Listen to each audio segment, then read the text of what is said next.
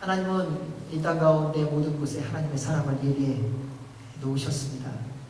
그리고 그들을 통하여 하나님의 일들을 하나씩 하나씩 이루어가시는 것을 볼 수 있습니다.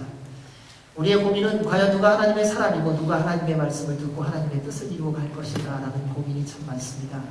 그 사람이 누군가? 바로 예수 그리스도를 구주로 믿고 구원받은 이 자리에 있는 여러분 모두라는 것입니다. 내가 그것을 인정하든 안 하든 예수님을 믿고 구원을 받았다면 여러분은 주의 부르심을 받았고 주님께서 맡겨주신 사명이 있다는 사실입니다. 그리고 그 일을 이루시기 위하여 하나님은 하나님의 때에 모든 것을 정확하게 이루어 가시는 것을 볼 수 있습니다. 이방 나라의 이방인이 하나님에 대해서 알고 싶었고 또 주님 앞에 기도하고 있었습니다. 고넬료라고 하는 사람, 그 집안의 모든 사람들은 경건한 사람이었습니다. 하나님을 경외하는 사람이었습니다.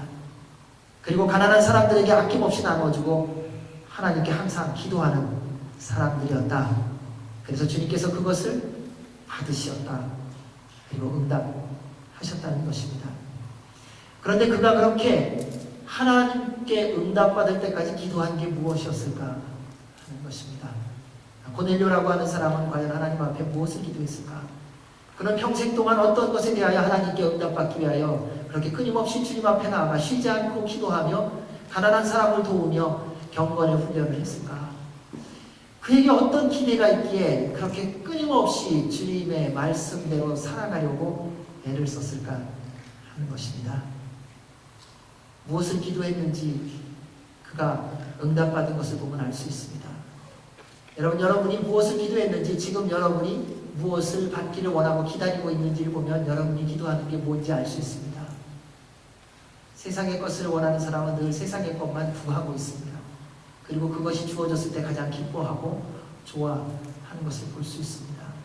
지금 우리의 모습은 어떻게 보면 지난 시간 속에서 하나님 앞에서 기도한 대로 우리의 모습이 지어졌다는 것입니다. 하나님은 우리를 기도한 대로 만져주십니다.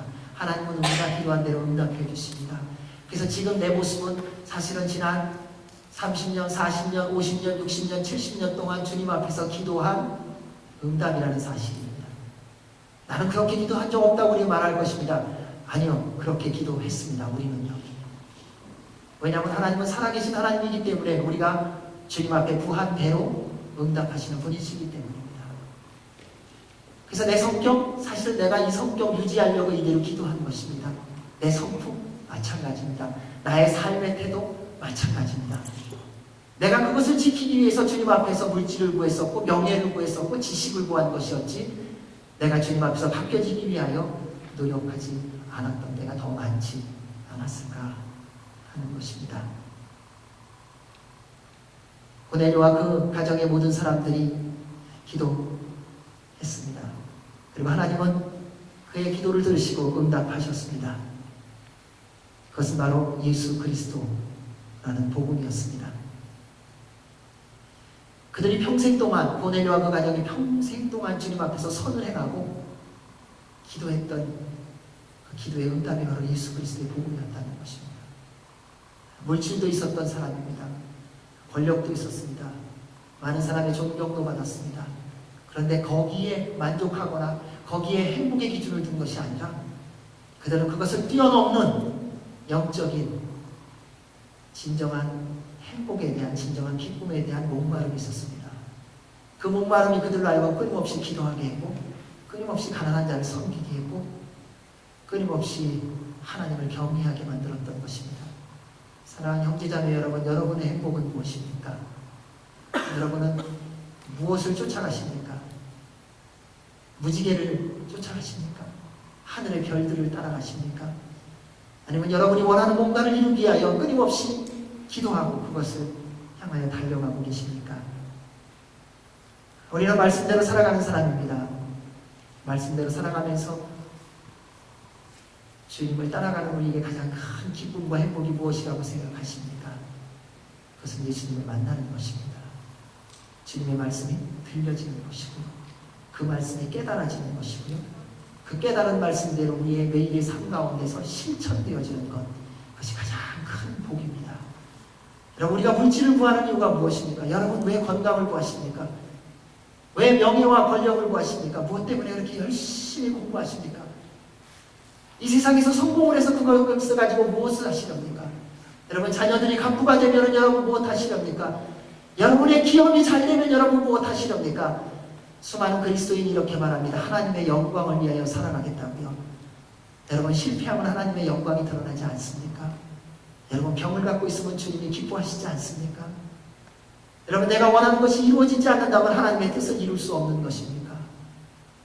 진정한 기쁨은 주님을 만나는 것이라면 지금 내 형편이 어떠냐, 상황이 어떠냐가 아니라 그분을 만난 것으로 만족할 수 없을까요?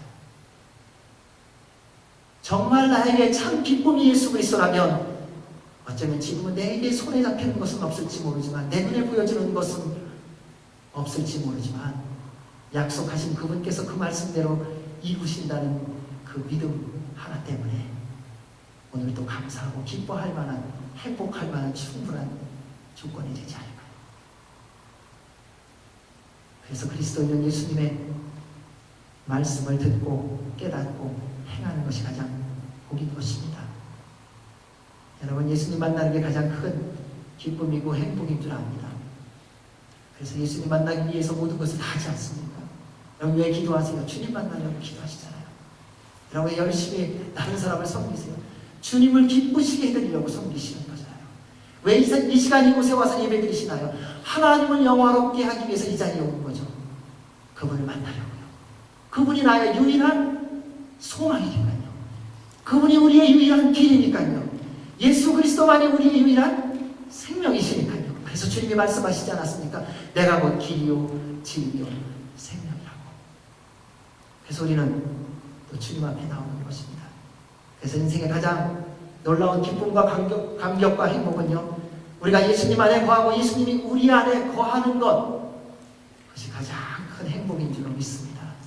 그것이 가장 큰 기쁨인 줄로 믿습니다. 여러분, 지금 보여지는 여러 가지 풍랑, 그것은 다 지나가는 것입니다. 아침 안개와 같은 것입니다. 그저 아지랭이와 같습니다. 잡으려고 쫓아가 보십시오. 어느 틈에가 더 저 멀리 가버리는 것입니다. 그 어리석은 것을 잡기 위하여 여러분 인생을 투자하시렵니까? 아니면 영원한 생명을 누리며 사시겠습니까? 이방인이었던 고넬료가 평생 동안 쉬지 않고 기도하고 가난한 사람을 섬기며 여호와를 경외하며 경건한 삶을 살며 받은 응답, 그것이 바로 예수 그리스도였습니다. 동일한 기도의 응답이 우리 모두에게도 매일 가운데 있기를 주의 이름으로 축원합니다. 이 놀라운 일이 진행되는 동안에 베드로는 이 사실에 대해서 잘 몰랐습니다. 고넬료가 환상을 보는 순간, 천사가 나타나 하나님의 음성을 듣는 순간에 베드로는 그 사실을 알았느냐? 몰랐어요. 또 베드로도 주님 앞에 기도하러 가며 그 환상을 보기 시작합니다. 우리 9절, 10절 말씀 읽겠습니다. 9절, 10절입니다. 시작. 이튿날 낮 12시쯤 그들이 여행을 계속하다가 욥바에 가까이 왔을 즈음 베드로는 지붕에 올라가 기도하려던 참이었습니다. 그는 배가 고파 뭔가 좀 먹었으면 했는데 음식이 준비되고 있는 동안 환상을 보게 됐습니다. 고넬료가 보낸 사람들이 베드로가 있는 욥바에 가까이 왔을 즈음에 하나님께서는 베드로에게 나타났습니다. 그냥 집안에 앉아있는데 아무것도 안 하는데 나타난 것이 아닙니다. 언제 나타납니까? 베드로가 기도할 때 나타났습니다. 여러분, 주의 환상을 보기를 원하십니까? 주님의 음성을 듣기를 원하십니까? 기도하시기 바랍니다. 여러분, 주의 음성을 듣기를 원하면서 텔레비전만 보고 있으면 주님의 음성은 결코 들리지 않습니다. 우리는 드라마 보면서 눈물 흘리고 감동을 받지 않습니까? 여러분, 스스로 주님 앞에서 말씀을 읽으며 눈물 흘리며 감동받은 적이 언제세요? 하나님의 말씀을, 태초에 하나님이 천지를 창조하시라는 이 말씀을 여러분의 눈으로 보고 입으로 선포할 때 그 살아계신 창조주 하나님이 여러분의 심령 가운데 들어오셔서 역사하실 때가 언제이십니까? 우리는 새로운 드라마를 보면서 1시간, 2시간이 얼마나 빨리 지나가는지 모릅니다. 그 다음 편이 궁금합니다. 여러분, 창세기 1장 1절을 읽으면 2절이 생각나십니까? 2절을 읽으면 3절이 궁금하십니까? 창세기를 50장을 다 읽고 나면 출애굽기가 궁금하십니까? 우리 하나님 드라마보다 못한 분이십니까? 우리 하나님 그만큼 우리의 삶에 대한 관심이 없으신 분이실까요? 그분은 우리의 인생에 대해서 그만큼 관여하지 않으시는 분인가요? 하나님은 어떤 분이신가? 하나님의 사람은 늘 기도하는 사람입니다. 항상 주님과 교제하며 살아가기 때문에요. 그로 인해 언제나 주님의 말씀에 순종할 준비를 하며 살아갑니다. 기도하는 사람이 하나님의 뜻을 압니다. 우리 하나님 뜻 알기를 원해요. 그럼 주님의 들어야죠. 여러분, 부모님의 뜻을 어떻게 합니까? 여러분이 그 마음을 들어가서 헤아려 알 수 있냐? 모르더라고요. 여러분, 자녀의 마음을 압니까? 그 속에 들어가서 알 수가 없지 않습니까? 어떻게 합니까? 들어야 하잖아요. 하나님의 뜻을 알려면 하나님의 말씀을 들어야 되지 않겠습니까? 하나님의 말씀을 들으려면 기도해야 됩니다. 기도하려면 무릎을 꿇어야 됩니다. 기도하려면 내가 하고 싶은 세상의 것을 멈춰야 됩니다. 세상 음악 듣는 걸 멈춰야 기도할 수 있습니다. 내가 즐기는 곳을 가는 것을 멈춰야 하나님 앞에 무릎을 꿇을 수 있는 것입니다. 그때 주님이 말씀하시는 것을 듣게 됩니다. 따라서 주님의 말씀과 뜻대로 살기를 원한다면 늘 기도하는 삶을 사시기 바랍니다. 그래서 말씀은 쉬지 말고 기도하라고 말씀하셨습니다. 기도할 때 하나님의 응답과 역사를 맛보기 때문입니다. 하나님은요, 모든 상황을 다 알고 계시고요, 사용하십니다. 무엇에도 제한을 갖지 않으시는 하나님이십니다. 왜냐하면 그분이 온 우주 만물을 창조하신 창조주이시기 때문에요. 기도하러 올라간 베드로의 배고픈 것을 통해서 하나님께서 보여주신 환상은 음식이었었죠. 하나님의 환상과 말씀은 언제나 완전한 것을 볼 수 있습니다. 근데 우리가 제대로 이해를 못하는 것 뿐이지요. 하나님이 말씀을 안 하시는 것 아니라 하나님의 음성인지 우리가 깨닫지 못하는 것입니다. 하나님이 우리를 길로 인도하시는 게 아니라 우리가 하나님의 길을 거부하기가 쉽기 때문이라는 것입니다. 왜냐하면 우리는 늘 우리 경험의 수준으로 모든 것을 판단합니다. 여러분, 언제 감동받으세요? 내가 감동받기로 결정하고 나를 감동시킬 만한 말이라고 내 스스로 생각했을 때, 저는 감동받는 게 아주 유치하더라고요. 어떤 때는. 여러분, 아이가 1살짜리, 2살짜리가 처음에 몇 달 지나고 아빠 그래 보십시오. 아빠, 그게 뭐 대단한 말이에요. 당연히 아빠라고 말해야죠. 근데 어린아이가 6개월, 7개월 만에, 8개월 만에 아빠 그러면 그것 때문이야. 가족이 다 감동을 받아요. 6살짜리 아이가 말을 듣고서 청소를 하면요, 감동을 받아요. 여러분, 감동이라는 건요, 그렇게 대단한 거 아닙니다. 근데 우리는 다른 사람에 대해서 감동받으려면 얼마나 인색한지 몰라요. 그리고 내 기준을 가지고 모든 것을 판단해요. 그래, 한번 말해봐라. 나를 감동시켜봐라. 그런 사람은 누가 감동시키겠습니까? 여러분, 하나님께도 감동을 못 받는데 어떤 사람이 우리를 감동시키겠어요? 주님의 말씀을 내가 읽으면서도 그 안에서 내가 변하지 않는데 세상에 어떤 말이 우리를 바꿀 수 있겠는가? 자녀를 볼 때에 그런 생각을 많이 해봅니다. 얼마나 좋은 말 많이 했는지 몰라요. 저도요. 두 딸들한테. 근데 말한 것만큼 딴 데로 가더라고요. 좋은 말을 하는 것만큼 엉뚱한 데로 가더라고요. 정말 사랑하는 마음으로 그렇게 하면 안 된다, 그렇게 생각하면 안 된다, 그런 말 하면 안 된다, 그렇게 살면은 안 된다라고 말하는 것만 골라서 하더라고요. 근데 그 모습이 하나님 앞에서 제 모습이었어요. 철저하게 창세기부터 계시록까지 저에게 주시는 하나님의 말씀에 대하여 저는 제 기준에 맞지 않는다는 이유로 하나님의 말씀을 어긋나 제가 원하는 대로 따라가는 제 모습을 보았습니다. 여러분이 죄인이라는 게 아니라 제가 죄인이더라고요. 여러분은 말씀대로 살아가는 것 같은데 저는 얼마나 말씀대로 안 살아가는지요. 어느 날 그것이 깨달은 순간 그 괴로움을 무엇과 표현할 수 있을까? 예수님의 말씀대로 산다고 생각하고 있었는데 어떤 면에서는 한 번도 살아본 적이 없더라고요. 뻔뻔하게 산다고 스스로 생각했을 뿐이었어요. 그런데 그것이 어디서 왔는가 봤더니 제 기준이었어요. 목사라는 기준, 신학교를 다녔다는 기준, 그동안 목회를 해봤다는 기준. 그것이 우리의 모습이 아닌가 생각해 봅니다. 하나님의 말씀은 제한받지 않습니다. 다만 우리가 스스로 제한하는 어리석음을 범할 뿐이에요. 여러분, 하나님의 말씀 완전하세요. 빼거나 더할 수가 없어요.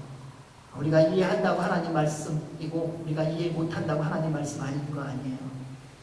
우리 하나님의 말씀도 내감적으로 대할 때가 참 많습니다. 내가 이해하면 내가 원하는 말이면 그건 좋은 말씀이고요. 지금 이 상황에서 나에 대하여 다른 말을 하면 하나님 말씀 아니라고 말하고 싶어 합니다. 그렇게 되면 우리 스스로가 하나님의 말씀을 제한하는 어리석음을 범하게 될 뿐입니다. 따라서 하나님의 말씀을 우리의 경험으로 제한하지 말아야 합니다. 그때 날마다 새로운 하나님의 말씀을 경험하게 해주실 것입니다. 이 은혜가 있으시길 바랍니다. 우리 11절에서 14절 베드로에게 보여준 환상을 한번 다시 읽겠습니다. 시작. 하늘이 열리고 큰 보자기 같은 것이 내 귀퉁이가 옮겨 땅으로 내려오는 것이었습니다. 그 안에는 온갖 종류의 네발 같은 짐승들과 땅에 기어다니는 것들과 공중의 새들이 들어있었습니다. 그때 베드로야 일어나 잡아먹으라 하는 음성이 베드로에게 들렸습니다. 베드로는 말도 안 됩니다. 주님, 저는 불결하고 더러운 음식 먹어본 적이 없습니다 라고 대꾸했습니다. 베드로에게 딱 맞는 환상이었습니다. 배가 고팠습니다. 기도하러 올라갔는데 하나님께서 내 귀퉁이를 붙잡고 보자기를, 큰 보자기를 내렸는데 그 안에 온갖 종류 네발 가진 짐승들, 땅에 기는 것들, 공중의 새들이 들어있었습니다. 그런데 다 부정한 것들이었습니다. 그게 부정한 이유는 간단합니다. 하나님께서 부정한 것이라고 말씀해 주셨기 때문이에요. 레위기 11장에 보면 하나님께서 정한 음식과 부정한 짐승에 대해서, 정한 짐승과 부정한 짐승에 대해서 정해 주셨습니다. 정한 곤충과 부정한 곤충에 대하여 하나님께서 정해 주셨습니다. 그래서 그 정한 법대로 하나님의 말씀대로 지금껏 지켜왔던 것입니다. 수천 년 동안 하나님의 말씀을 꼭 붙들고 내려온 것입니다. 그런데 어느 날 갑자기 하나님께서 베드로에게 환상을 보여주셨는데 그 안에 하나님께서 부정하다고 말씀하셨던 그 모든 짐승들, 그 곤충들, 새들이 가득 차 있었던 거죠. 그리고 하나님 뭐라고 말씀하십니까? 일어나서 잡아먹으라. 이게 우리 하나님께서 하신 말씀이라는 겁니다. 이상하지 않습니까? 부정한 것을 보여주셔도 안 되는데 보여주시고는 잡아먹으라는 겁니다. 아무리 배가 고파도 먹을 것이 있고 먹어서는 안 될 것 있지 않습니까? 여러분, 아무리 배가 고파도 상한 음식, 부패한 음식, 썩은 음식 안 드시잖아요. 왜요? 그걸 먹으면 더 아프니까요. 그걸 먹으면 더 안 좋은 걸 우리는 알고 있으니까요. 유대인들에게 하나님의 정하신 음식이 아닌 것을 먹으라는 것은 그건 안 되는 말입니다. 지금도 그들은 이 율법을 지키기 위해서 얼마나 노력하는지 모릅니다. 그래서 유대인들의 음식은 코셔라고 하는 이 인증이 있습니다. 서티피케이션이 있어야 됩니다. 이 음식이 인증받지 않은 것은 먹을 수가 없어요. 그래서 유대인 회당으로, 여기는 잘 모르겠어요. 뉴저지에는 저희 오늘의 교회에 가보면 거기에서는 이 도넛을 먹어도 코셔 인증된 도넛을 사서 먹어야 됩니다. 그거를 파는 데가 있더라고요. 도넛 가게에서. 유대인들이 많이 사는 데는 모든 음식의 코셔 제품입니다. 뭐든지요. 그래갖고 그 도장을 받아야만 그것이 유대인들이 먹을 수 있는 음식으로 결정이 됩니다. 그래서 그걸 사 먹습니다. 그래서 그 도넛을 사 먹으면 괜찮아요. 그런데 그것이 아닌 다른 데서 사오면 그 음식을 유대인 회당으로 들어가지 못하게 합니다. 그들에게는 이것이 3000년 이상 된 역사를 가지고 있습니다. 유대인들에게 하나님의 정한 음식은 절대적인 법과 같은 것입니다. 21세기 지금도 그렇게 지키고 있는데 그 당시 얼마나 지켰겠습니까? 지금도 그렇게 철저하게 지키는데 예수님 시대에, 베드로의 시대에 얼마나 그들이 엄하게 지켰겠습니까? 그것을 지킴이 바로 하나님의 백성의 증거고 그리고 유대인의 증거였습니다. 그런데 하나님께서 베드로에게 그 엄청난 율법을 어기라고 말씀하시는 거나 마찬가지 아닙니까? 지켜야죠. 하나님께서 그것을 더 지키도록 도와주셔야 되는데 하나님은 거꾸로 부정한 음식을 보여주시고 그것을 일어나 잡아먹으라고 말씀하십니다. 얼마나 혼란스럽습니까? 이게 도대체 하나님의 음성인가? 정말 이분은 하나님 맞는가? 만약 그분이라면 그분이 수천 년 전에 주었던 그 율법을 우리가 지금까지 지키고 있는 것을 누구보다도 잘 알고 계시고 우리가 그 말씀대로 사는 것을 가장 기뻐하시는 분인데 그분이 몸소 그것을 어긴다는 말이 말이 되겠는가? 그런데 분명한 것은 하나님께서 말씀하셨다는 사실입니다. 부정한 음식을 먹지 말라고 명령하신 분도 하나님, 이제 와서 새삼스럽게 부정한 음식을 보여주시면서 잡아먹으라고 명령하시는 분도 하나님이십니다.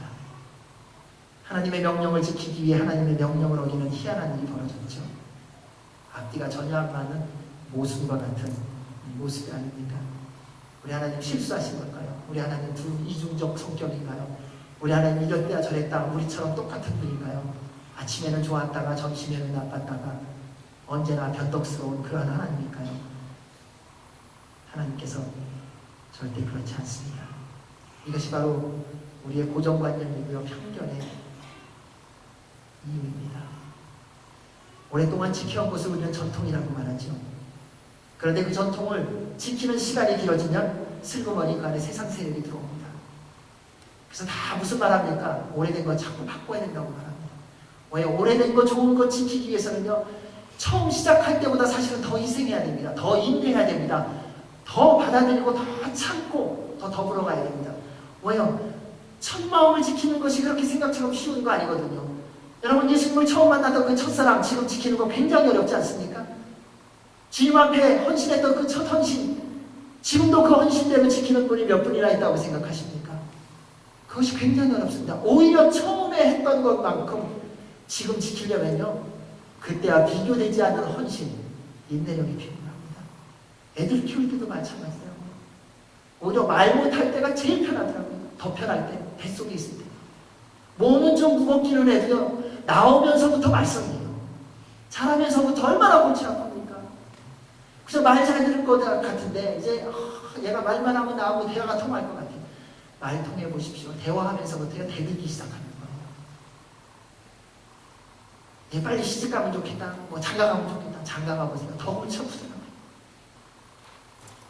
이제는 끝나려나 끝이 없습니다. 전통이라는 게 그렇더라고요. 그래서 전통 가운데 슬그머니 들어오는 세상의 세력이 익숙함과 편리함입니다. 좋은 전통은요, 반드시 지켜야 됩니다. 그런데 좋은 전통은요, 우리는 슬그머니 다 버려요. 다 슬그머니, 아 이거 바꿔야 돼. 좋은 전통은 다 바꿔요. 그리고 우리에게 편리하고 나에게 유익하다고 생각하는 것만 지키려고 합니다. 그로 인해 오랜 시간이 지나고 나면 전통 때문에 익숙한 소수를 제외하고 다 혼란스러워합니다.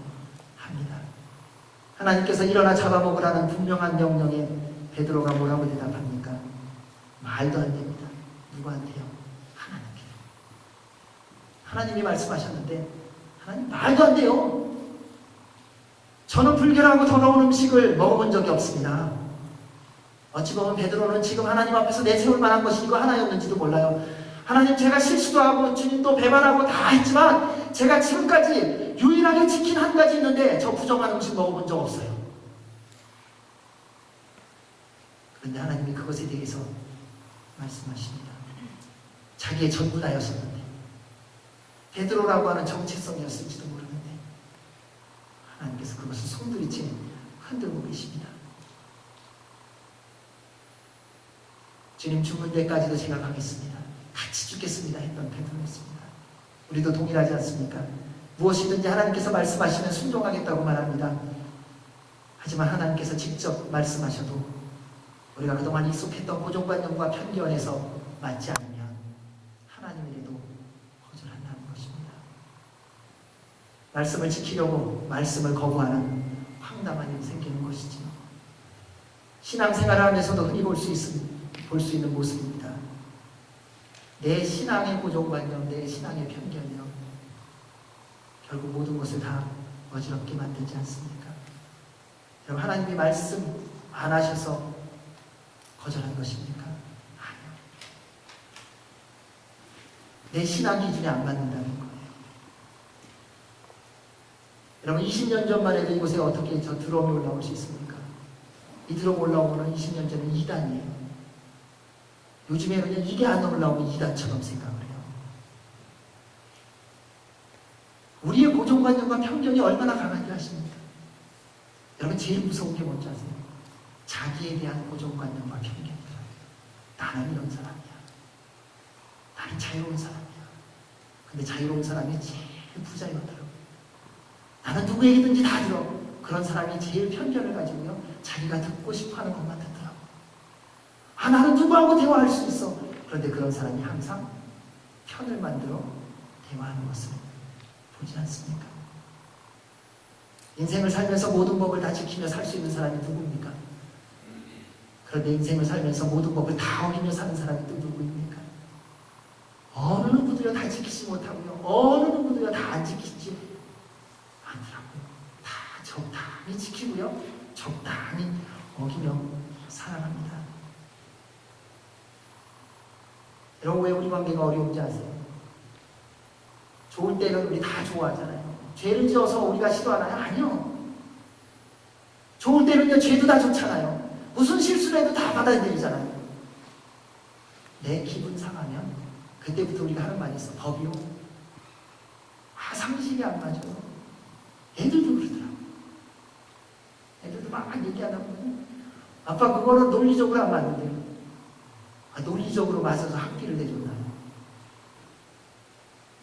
상식에 맞아서 그렇게 기분 나쁜데도 밥 해줬나요? 해야 할 것이기 때문에 하는 거예요. 우리는 어떤 일이 잘못되면 어떤 잘못을 찾으려고 그러지만 가만히 그냥 스스로 가정의 일을 한번 생각해 보십시오. 일터의 일을 생각해 보십시오. 하나님의 공동체를 생각해 보십시오. 왜 그런 어려운 일이 생기는가? 하나님의 말씀을 어기기 때문에, 이단이기 때문에, 정말 주의 말씀을 거부하기 때문에 그렇게 관계가 깨졌나요? 아니지 않습니까? 많은 경우가 있어서 때로는 그런 때가 있기는 해요. 그러나 많은 경우 그게 아니라는 거예요. 이 목사는 너무 고지식해. 저 목사는 너무 자유분방해. 우리는 어느 틈엔가 우리가 갖고 있는 고정관념으로 모든 것을 판단하고 있지 않습니까? 서로에 대해서도 마찬가지일 때가 많다는 것입니다. 누가 그 법을 피해갈 수 있겠습니까? 편견의 법, 고정관념의 법을 말입니다. 베드로를 보고도 알 수 있지 않습니까? 예수 그리스도의 복음을 전하며 수많은 사람들에게 예수 그리스도를 증거함으로 말미암아 주님께로 돌아오게 한 그 능력의 사도였는데 여전히 과거의 전통에 매인 고정관념과 편견을 가지고 있지 않습니까? 그러니까 하나님이 그렇게 환상을 보여주며 직접 말씀하셔도 하나님께 말하는 거 아닙니까? 하나님 말도 안 됩니다. 하나님 제가 그런 거 먹을 수 없습니다. 고정관념과 편견이라고 하는 위력은 우리가 스스로 생각하는 것보다도 훨씬 더 강력하더라고요. 상식과 논리로 이해되지 않습니다. 인간관계를 상식과 논리로 끌어가는 사람이 생각보다 많지 않더라고요. 당연히 알고 있는 믿음과 소망과 사랑으로 인간관계를 맺어가는 사람도 그렇게 많지 않더라고요. 오히려 사람을 만나기 전에 누군가에 대한 그 사람에 대한 정보, 그 선입관이 무리로 그 사람을 판단하게 합니다. 그러니까 세상이 다 보여지는 것으로 판단하지 않습니까? 여러분, 어느 회사 기업 회장이라면 뭔가 사람이 다르니까 그 기업을 했지. 우리 다 그렇게 생각하잖아요. 무슨 논문을 써서 사이언스지에 유명하게 딱 실려갖고 노벨 평화상을 사든지 노벨 물리학상을 받으면 우리 뭐라고 말합니까? 역시 사람이 다르네. 똑똑해. 그럴 줄 알았어. 지난번에 말하는 걸 들어보니까 역시 다른 사람이었어. 우리는 그 사람을 있는 그대로 받아준다고 말하지만 결국 그 사람이 지금 소유하고 있는 게 무엇이냐, 그 사람의 지위가 어디에 있느냐, 그 사람의 능력이 어떻게 보여지느냐에 따라 그 사람을 판단하고 있지 않습니까? 이것이 우리의 고정관념과 편견이라는 것입니다. 하나님의 일을 하면서도 마찬가지이지요. 하나님의 일에 대한 각자의 고정관념, 편견이 있더라고요. 그리고 그 기준을 절대하여 다른 사람을 판단하는 도구로 사용합니다. 그래서 기도의 패턴을 말합니다. 방언을 하면 안 된다. 방언을 안 하면 안 된다. 소리를 내서 기도하면 안 된다. 묵상으로 기도하는 건 기도가 아니다. 우리가 다 내 기준이 있어요. 그 기준을 가지고 하나님의 말씀을 정죄하더라고요. 사람이 정죄하는 게 아니라 하나님에 대해서 그럴 때가 많지 않은가. 여러분 누가 감당할 수 있겠습니까? 여러분 가정에서도 마찬가지 아닙니까? 부족함과 연약함을 보고 경험한 것으로 그것을 약점을 줬잖아요. 자녀들이 부모를 제일 화를 잘 내게 하는 거 아시죠? 엄마는 이 얘기만 하면 뒤집어지는 거라. 그래서 가만히 있다가 툭 한마디 듣는 거예요. 그러면 그냥 뭐 무슨 일이 있었는지 상관없어요. 그냥 뒤집어져. 그게 우리예요. 근데 우리 다 서로 그런 걸 알죠. 약점을 알더라고요. 그래서 내가 저 형제님을하고 화나게 하려면 이렇게 하면 돼요. 그래서 표정은 다 바꾸고요. 형제님 오늘 기분 좋았어요. 날 비꼬는 거예요. 끝난 거예요. 우리는 딱 한마디면 돼요. 뭐 이렇게 많은 말 할 필요 없어요.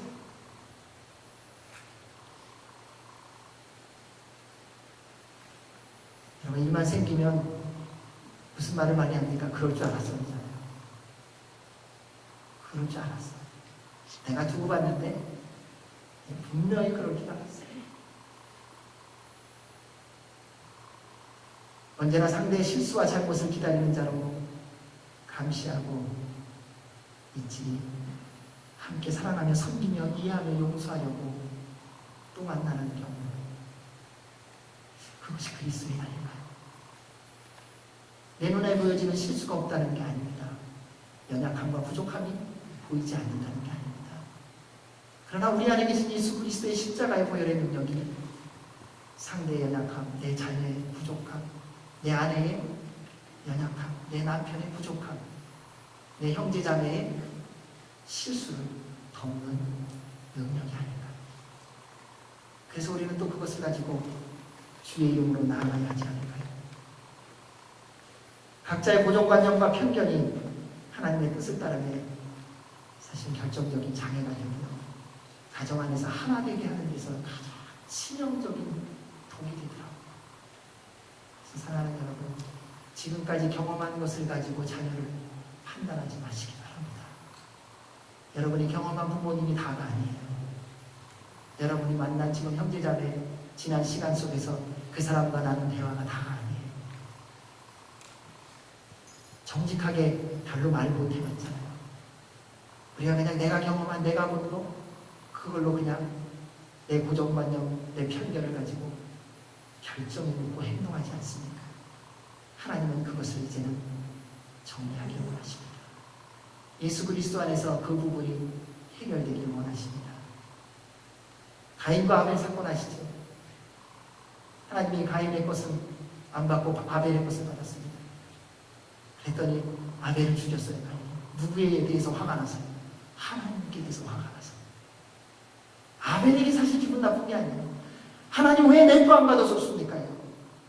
여러분 우리가 다른 사람하고 싸우는 거 사실은 누구한테 대적하는 거 아세요? 하나님께 대적하는 거더라고요. 왜요? 그분은 우리로 서로 사랑하라 그랬어요. 내 세 계명을 주노니 서로 사랑하라.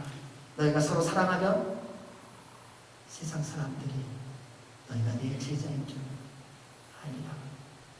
여러분 우리가 미워하고 싸우는 것은요, 우리가 상대에게 상처 주고 그리고 저 사람 인간도 아니야 이걸로 끝나는 게 아니라 하나님에 대하여, 하나님의 말씀에 대하여 거부하는 거라는 거예요.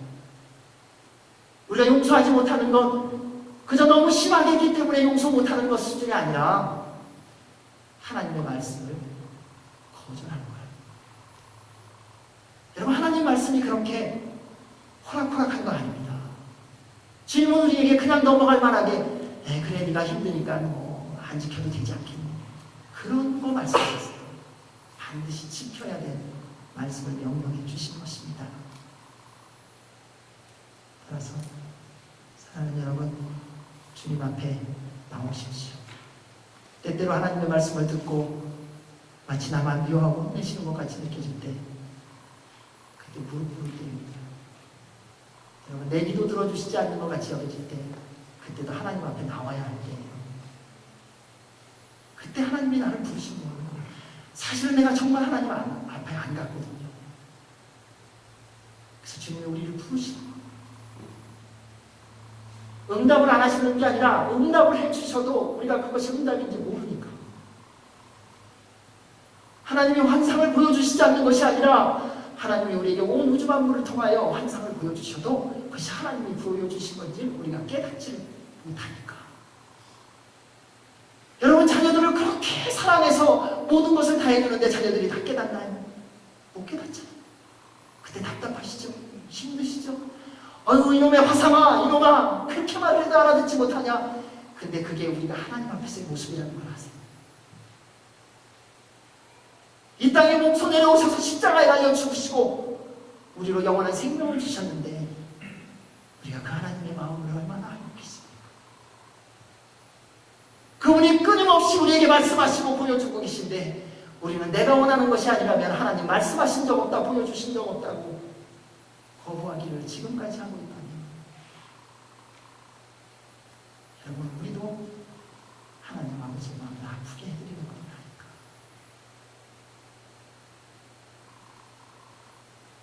여러분, 하나님을 기쁘게 해드리는 삶을 삽시다. 얼마나 사시겠어요? 여러분, 가진 거 있어요? 얼마나 있으세요? 여러분, 뭐 그렇게 세상 것으로 행복하고 싶어 하세요? 예수님 한 분만으로 만족할 수 있다고 그렇게 고백하면서 여전히 세상의 것에 마음 빼앗기고 살아가는 이유가 어디 있으세요?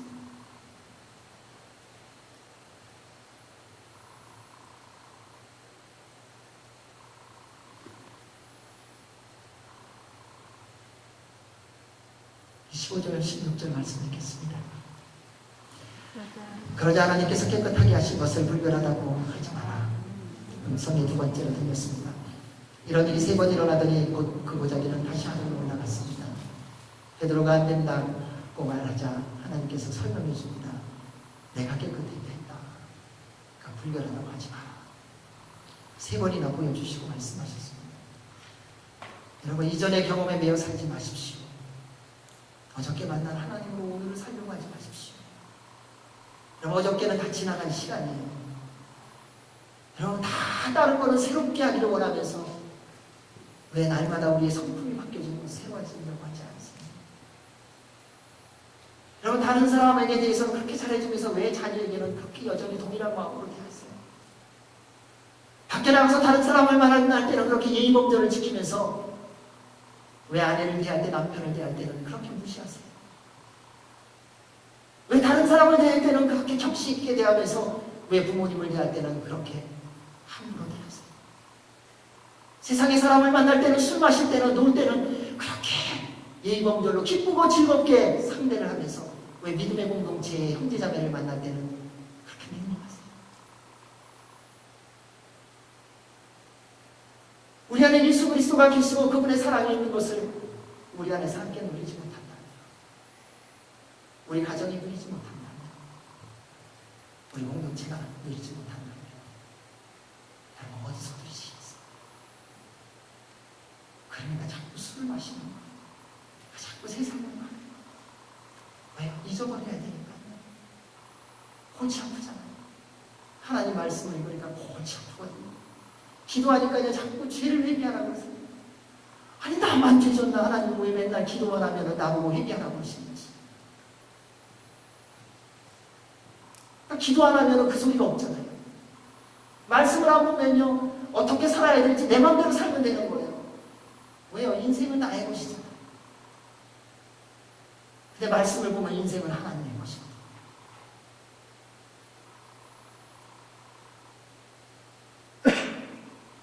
많은 믿음의 사람들이 자주 하는 말이 있습니다. 나도 왕년에는 기도 많이 했어. 나도 한때는 열심히 봉사했어. 나도 이전에는 순수하고 순종적이었어. 나도 한때 말씀 읽을 때 꿀송이처럼 달았어. 다 과거형이죠. 지금은 아니라고 스스로 고백합니다.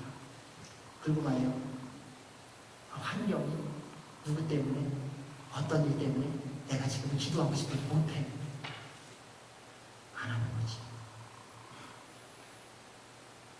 내가 봉사하고 싶어도 못해.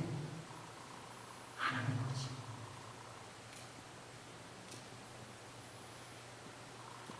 우리는 지난 삶에 대해서 과거형으로 말하면서 한때의 부분으로 자꾸 고정관념과 편견으로 만들어가고 있습니다. 그로 인해 궁극적으로 하나님의 말씀을 하나님의 말씀으로 거절하게 하려는 것입니다. 하나님은 오늘 또 말씀해 주십니다. 하나님은 날마다 살게 하셨습니다. 여러분, 인생을 한 달치를 한꺼번에 살려고 하지 마십시오. 우리는요, 인생도 냉장고에 저장한 음식처럼 은행 계좌에 보관해 놓는 돈처럼 생각해요. 1년치 보관해 놓고요, 빼어 쓰는 돈처럼 인생도 그렇게 생각해요. 내가 앞으로 살겠지. 내가 앞으로 10년을 살 거야. 내가 앞으로 5년을 살 거야. 내가 이렇게 살 거야. 말씀에서 예수님이 말씀하세요. 한 부자가요, 대풍이 들었어요. 창고를 여러 개 지어놓고 거기다가 막 치워놨어요. 누가 봐도 야, 저 사람은 평생 잘 먹고 잘 살겠다. 그리고 자기 스스로도 말하는 거예요. 아, 이제는 내가 한번 남은 인생 편안하게 살아보자. 주님이 뭐라 그러십니까? 이 어리석은 자여, 내가 이 밤에 너를 보면 그 모든 것이 무슨 소용이냐.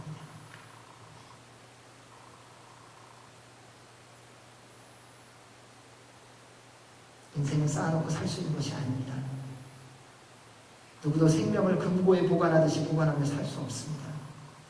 여러분, 생명은요, 지금 사는 거예요.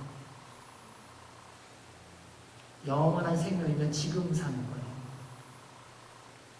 지금 못 사는 사람은요, 내일도 못 살아요. 지금 못 사는데 뭐 내일 어떻게 살아요? 하나님께서 주신 영원한 생명은 지금이 영원토록 지속되는 것입니다. 그래서 지금 말씀대로 순종하며 살아야 영원히 살 수 있습니다.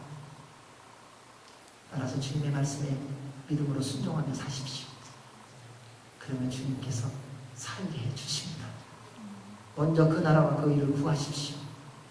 그러면 여러분이 필요로 하는 모든 것 주님이 공급해 주십니다. 그분이 우리 하나님 아버지이십니다. 우리 17절에서 21절 말씀 읽겠습니다. 시작. 베드로가 이 환상이 무슨 뜻인지 궁금해하는 동안 고넬료가 보낸 사람들이 시몬의 집을 찾아와 문 앞에 서 있었습니다. 그들은 큰 소리로 베드로라, 시몬이 여기 묵고 있습니까? 하고 물었습니다. 베드로가 아직 환상에 대해 생각하고 있을 그때 성령께서 말씀하셨습니다. 시몬아, 세 사람이 너를 찾아왔다. 그러니 일어나 아래로 내려가 보아라. 그리고 주저하지 말고 그들과 함께 가거라. 내가 그들을 보냈기 때문이다. 베드로는 내려가서 그 사람들에게 말했습니다. 내가 당신들과 찾고 있는 그 사람입니다만 무슨 일로 오셨습니까? 하나님의 시간표는 완전합니다. 하나님이 시간을 만드신 분이시기 때문입니다. 베드로가 환상에 대해서 아직 이해하지 못하고 궁금해하고 있는 동안에 고넬료가 보낸 사람들이 도착했습니다. 그리고 베드로를 찾습니다. 그러자 또다시 주님의 말씀이 들립니다. 시몬아, 세 사람이 너를 찾아왔다. 그러니 일어나 아래로 내려가 보아라. 그리고 주저 말고 그들과 함께 가거라. 내가 그들을 보냈다. 여기 20절에 나오는 그러니라는 말이 있습니다. 이것이 헬라어로 알라, 그러나라는 뜻입니다. 근데 이 헬라어의 의미에 무슨 의미가 있냐면요, 내가 지금은 이해하지 못할 것이다. 내가 지금은 해석하지 못할 것이다. 그렇지만 내가 말했으니 가라. 내가 지금 이것에 대해서 받아들일 수 없을 것이다. 내가 그것을 다 알고 있다. 그렇지만 내가 내게 명령했으니 순종해라. 이 의미가 그 단어에 들어가 있습니다. 여러분, 여러분의 인생 얼마만큼 이해하세요? 여러분의 인생을 해석해서 지금까지 이렇게 살아오신 건가요? 아니요. 살아갈수록 우리는 인생이 해석되지 않아요. 그럼 언제 결정적인 실수를 하십니까?